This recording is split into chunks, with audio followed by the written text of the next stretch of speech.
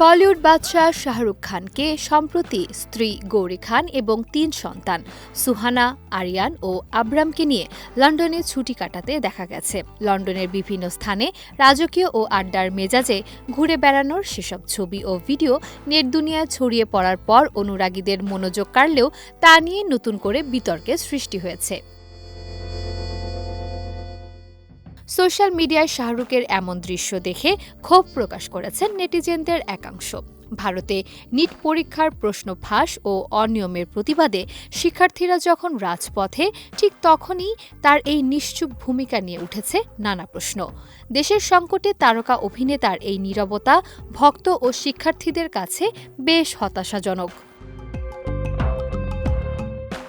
তবে শাহরুখের পক্ষেও শক্ত অবস্থান নিয়েছেন অগণিত ভক্ত। তাদের দাবি, এর আগে নানা সামাজিক ইস্যুতে কথা বলতে গিয়ে বারবার অনাকাঙ্ক্ষিত বিতর্ক ও ট্রোলিংয়ের শিকার হতে হয়েছে অভিনেতাকে। উপরন্তু তার মতো বৈশ্বিক তারকার একটি মন্তব্যই বড় বাজেটের ছবি, ব্যবসায়িক বিনিয়োগ ও হাজারো মানুষের জীবিকায় প্রভাব ফেলতে পারে। আর সে কারণেই হয়তো এমন নীরবতা বেছে নিয়েছেন তিনি।